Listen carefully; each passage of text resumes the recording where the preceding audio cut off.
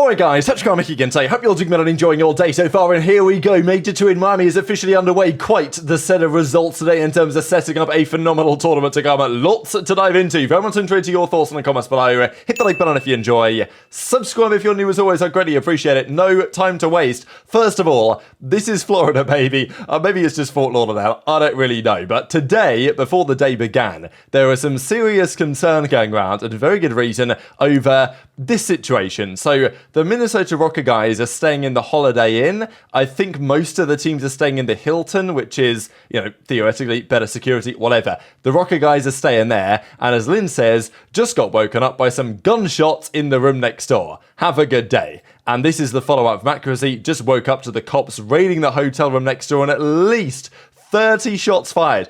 What is going on here in Fort Lauderdale? And this is the big discussion really of today, and this is on the news. You can actually see here we are in Fort Lauderdale with all the cops just swarming. This is the Holiday Inn you guys can actually see on the right-hand side. If I just kind of put it to this point, you'll be able to see it here in a second.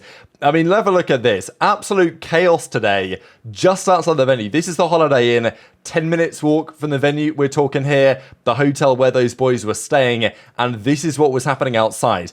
Now, look, I don't live in the US, so I wouldn't really know what to expect, but I think that everybody knows that you've got America and then you've got Florida, and Florida is like a different beast, it seems at times, to the rest of the country, and then you've got Fort Lauderdale, Broward County, which, you know, can be pretty dodgy, I understand anyway, and it's like spring break time. So I'm looking at all the factors and I'm thinking, was this really the best time to host an event right now? I'm not so sure. So Fort Lauderdale police then confirms that their officer was shot but is being treated for non-life-threatening injuries. That's good news. And there's not an active shooter situation. The suspect is accounted for. So I think you can probably read between the lines on what that means. And there was also discussion on, you know, there was concern about Exceed, I think, and the FaZe Black team, because they were staying in that hotel and hadn't like woken up or something, or they were calling, I think Erin, maybe Blonde Broker, was calling them and saying, hey, what's good? And they weren't answering. So obviously there was lots of concern, and I was like, oh my god, please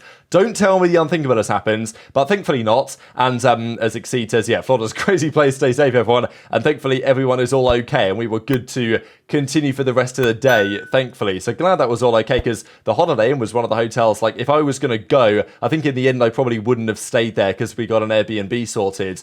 But I was pretty close to staying there. So glad everyone was okay and the event can go ahead. One event, however, that may not be going ahead is Major 4. We discussed this earlier in the day, and then Parasite just straight up said on the Flank stream tonight that they're not even going to be hosting it anymore. So I don't know what the update's going to be on this. I'll keep you guys in the loop as we find more information out on it. But Raven said they were going to host an event. Now apparently they're not. I don't know what's happening here, but Parasite says, yeah, it's chalked, and probably we're going to be doing another event in Columbus again, just like we did before with no fans. Like, can we please end this league? Like, are we really serious right now? It's such a shambles and deeply frustrating if this is true, and I'm pretty sure this is true because I heard speculation around this 2 months ago. As soon as the Boston event happened, there was talk that Ravens, it weren't going to work. And apparently that's not true. So complete mess, but we have some series to discuss.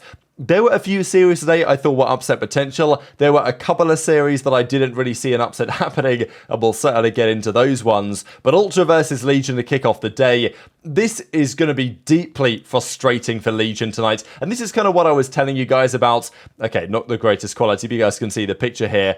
LAN versus online, it's not like Vegas can't shoot straight on LAN, but it's just when it comes down to those critical moments, that's what decides series like this, and that's where Ultra have the edge mentally in those moments. Game 1, they come out swinging. Toronto probably took this series a bit lightly, they came out kind of slow. Vegas had a big lead at the start of the Game 1. However, Ultra bring it back. There was a critical couple of hard points where Ultra are bringing a comeback here on the Rio. They're really good at this map, of course, as well. And Vegas had a couple of chances to break. They squandered the opportunities. They didn't quite play as well as the team as they should have done. And they had a big lead. They blow it away. And Ultra come back with a major Game 1 win. But I think this map set, right, what I actually meant to say on this map set was that this is pretty nice for Vegas, I think. Rio Hardpoint Game 1, Invasion Search Game 2, Ultra a gettable out there, and then Invasion Control, also not Ultra's best map. So I think if you're Vegas, as long as you don't mentally crumble, you'll be all right. Like, even if you lose game 1, like, game 2 and game 3 are definitely winnable, I would say. Now, I still favour Ultra in the series, especially the Skid Row and probably the High Rise, but I think that mentally, Vegas had a good chance in this going in. But unfortunately, they just bottled it so bad, and they will maybe live to regret this. I still think they've got a great chance to make a run in losers, Vegas. I think they will do exactly that. But Nero got a great 2-piece here. He had a phenomenal map here, Nero, and that was perfect opportunity for them to potentially go up in the map. They go up 5-3. It goes to around 11, and this is so criminal. And we've talked about this, like, if Nero plays well, usually Purge might not have the greatest numbers, but if Nero doesn't play so well, Purge will step it up. That's what's happened over the last couple of weeks, with Attach and Gia being pretty consistent. This is just impossible to forgive. I mean, brain dead play, as you gotta say. So, I mean, CleanX Charlton on his own dies. The bomb is down. It's a 4 versus 3 situation, 30 seconds on the clock. Toronto, by the way, they are shocking on defense on this map, I think at least. They just give up the plant. The way they play defense is like, yeah, you want the plant, you can have it. And the plant is almost certainly a 60+% round win percentage. And in this case, it should have been, I mean, what is this? 4v3, 30 seconds on the clock. You should be winning this 85% of the time, probably. But Nero decides no. Now, I don't know if Nero got a bad call here from his teammate, just because Attach comes in the room with him here. And Nero decides, 30 seconds on the clock, that he's just going to fly out the door. Why do we need to do this? Now, maybe Attach said, hey, Chal, I'll back you up, because Nero flies out and dies for no reason. And then Attach is then challing as well. He dies as well. It's like, there was no need to do that. Nero could just sit in the corner there, and they win the rounds basically guaranteed.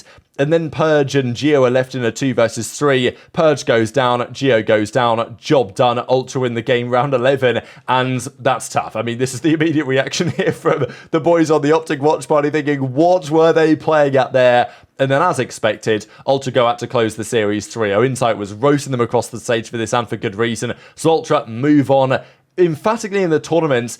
But it was close, right? I mean, it took a monster performance here from Scrappy to get this job done. They 3-0'd them, of course, Ultra. 16,000 damage he almost dropped in a 3-map series. Absurd. 3k damage in that search and destroy. Toronto as well, or Scrappy at least, is talking about how he wants to play FaZe. We'll get into them here in a couple of seconds. And yeah, as Brian Stat says, I thought this is also kind of remarkable for someone that hasn't really been around all that long. Scrappy now 8-0 in round 1 games at 24-8 map counts, which is pretty impressive, right? He hasn't played that many tournaments, he's been on great teams, but still, he hasn't lost to winners round 1 game yet. These were the numbers. Even the Invasion went to a round 5, like it was a super close 3-0 to lose. Purge had a bit of a stinker here, back to a 0.7. Attach also, probably an uncharacteristically poor series, but you can look at the numbers, and you can certainly look at Scrappy's numbers, ridiculous. But man, that Invasion, round 11, and that Rio, they could well live to regret. The next series, though, I'm going to go over this slightly quicker. Boston versus New York. Boston slammed them, game 1. Subliners came out slow. They said afterwards, yeah, a bit complacent. Maybe didn't take it as seriously as they might have liked to. But this was the turning point, right? And this is one of those unforgivable rounds that you lose. Kismet has a 1 versus 3.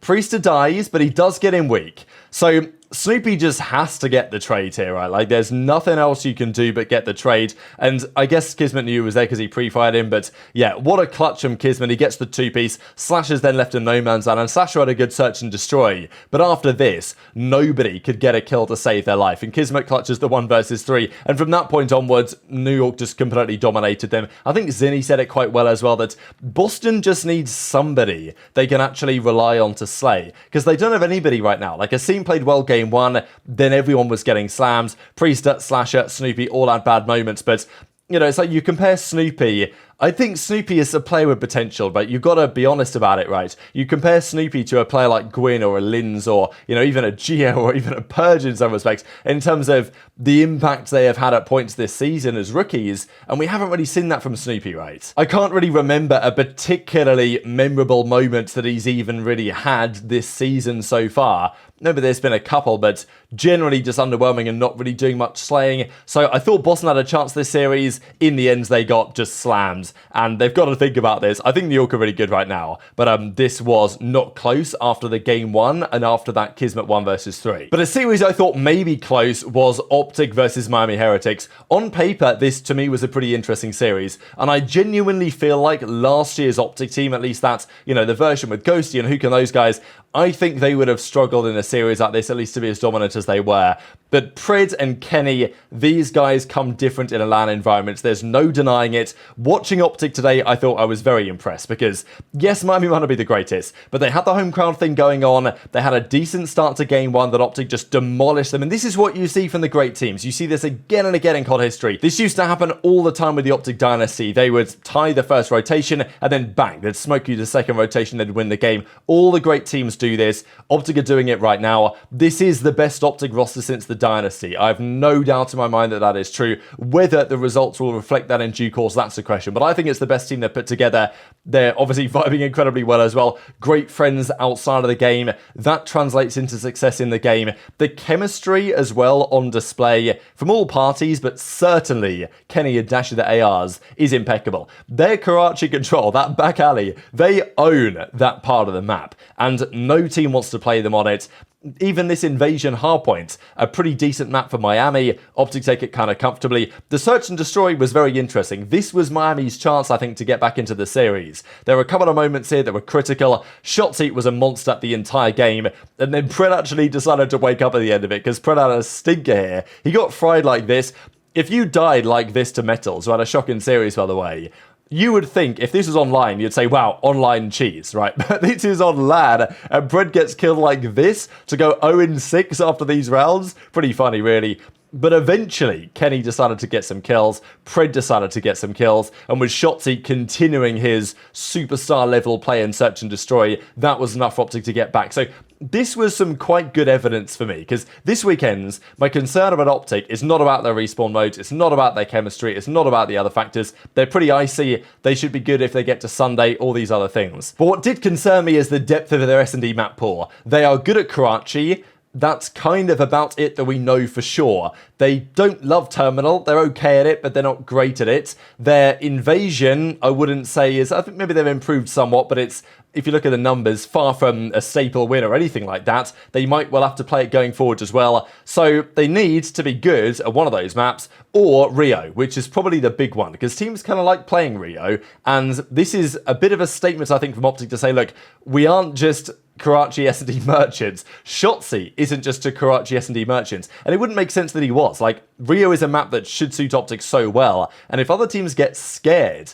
to play OpTic on Rio Search, that's great for OpTic, because, you know, let's say they were even to ban that, then all of a sudden OpTic get their Karachi back in the series. So this, I think, is very telling for me, and I just thought in general, I said it on the pre-show we did earlier, if OpTic were to 3-0 this series, that is a really impressive statement, because this can be a bit of a banana peel series, right, for OpTic, has been historically anyway, during the Florida days for sure. So Shotzzy has a great search and destroy, 12-3, and then the control ends like this. We even get some body shots going through, so Kenny gets this kill on MettalZ, shoots his body, nothing that they can do, and despite actually losing round one, OpTic on this map are so good. Like, some of the rounds they win, the emphasis they put on those rounds, the speed at which they do it, and this guy Pred is never going to learn, is he? Well, not never going to learn, but I mean, he keeps it up there for about 10 seconds. You guys remember when Vikul did that after throwing them online, and then since Vikul did that, they are still haven't won a map on LAN. They were 0-6 at Major 1 on LAN. They're now 0-3 here at Major 2 on LAN. So yeah, Miami 0-9 so far on maps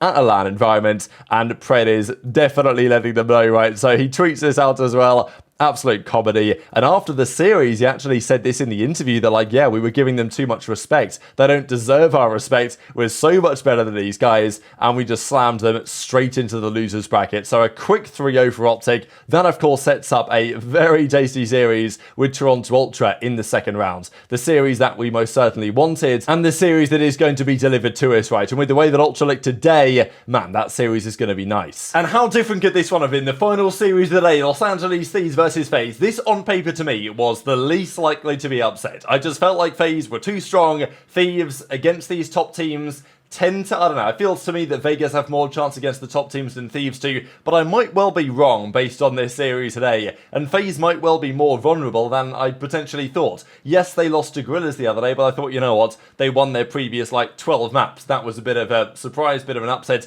but there were parts in this series, bit of an upset, massive upset, but I thought, you know, that was kind of a one-off. But there were parts of this series where FaZe looked, I wouldn't say lost precisely, but in terms of teamwork and chemistry, not on the boil that we expected them to be. Cellium was shooting Afro's body, game 1. And he got what he deserved, arguably, because Thieves brought out a massive advantage here on the invasion R points and actually closed out the game as well. Ghosty was talking loads of trash after this one as well. Kremp had a great map here also. Ghosty was talking over to Cellium, basically saying, look, whose body are you shooting, buddy? We just took the map 1. It wasn't long ago that Thieves couldn't win a hard point to save their life. So this was incredibly impressive. And immediately the question was, does Ghosty just own FaZe on LAN? Obviously, last year, he won both times on OpTic against FaZe, 7-1 map count after the game 1, and it really should have been 8-1 map counts. This was the 4-1 lead that Thieves had on the invasion search and destroy. We had a painful triple invasion to get us all the way through this series, but this was a 4-1 advantage. Thieves had a good couple of rounds they could have closed us out in. Yes, aBeZy went massive, but in the end, this went to round 11 and FaZe won it. And honestly, at that point, after that full Thieves collapse, I thought, alright, it's chalked. FaZe are going to close this out in 4. But that didn't happen. Thieves actually bounced back and won the control. Again, Cellium was shooting bodies here, as we can see, and again they went on to lose the map. So maybe that's a lesson here to learn. The big storyline, though, of this one really was the fact that Drazah had no kills. This guy had, what, 3 kills in the first couple of rounds of this game, which I thought was pretty outrageous. Here he is at 3 and 15, while aBeZy has 21 kills, and Thieves actually win this game again. Here's Ghosty talking trash, pointing across the other side of the stage. Drazah got some revenge for that at the end of the series. But I mean, have a look at the way this closes out. This is not a round that you expect FaZe to lose. They've got the lives in a decent spot. All of a sudden, 3, 4 dead. Drazah's the last alive in Hill. He goes down. The Thieves guys stack it. I will say, though, that this was the Ghosty and Kremp and Nastie show, really. After defending Afro, it might be time to stop defending him. Now, I will say as well, this cruise missile from Simp, I mean, you've got to take your time. You've got to bank it, you know, you've got to use the trigonometry or whatever to slide that one in there, because slamming it into the car outside, that didn't work. We've seen people use cruises better than this, but I just don't know what Afro actually does on the map. Yes, his search is pretty good, but he just goes missing in the respawn modes. He has no damage. He has barely any engagements. Like, I just don't understand what he does half the time. And this was like every respawn map where Afro had like 2,000 damage less than his teammates. So, man, if they get slammed out by gorillas, yeah, I don't think that Afro will survive past this tournament on this current evidence, unless he miraculously turns it around. But Drazah 9 kills. 9 in 28 here. Like, Afro barely had more damage than Drazah, which I thought was pretty bad on an all-time stinker from Drazah. But Drazah did turn it around in the game 4 hardpoint. They took down Thieves on the Rio. And this was finally what I expected to see from FaZe, and we saw them control that through the final map as well. There's a bit of drama here when Ghosty's game did this. I guess his controller broke or something. They actually replayed this round from 4-2, but it didn't matter in the end. It was 4-2, it was quickly 5-2, then it was 6-2, and Thieves with a golden opportunity to 3-0 FaZe to losers off that game 2. They squander it, they lose in 5, and it is FaZe who advance to play the Subliners. Plenty to say on that series, and I'm sure we will be doing in due course. Very much intrigued to your thoughts on all this stuff in the comments below. Hit the like button if you enjoyed, subscribe if you're new, take care, and I'll see you next time.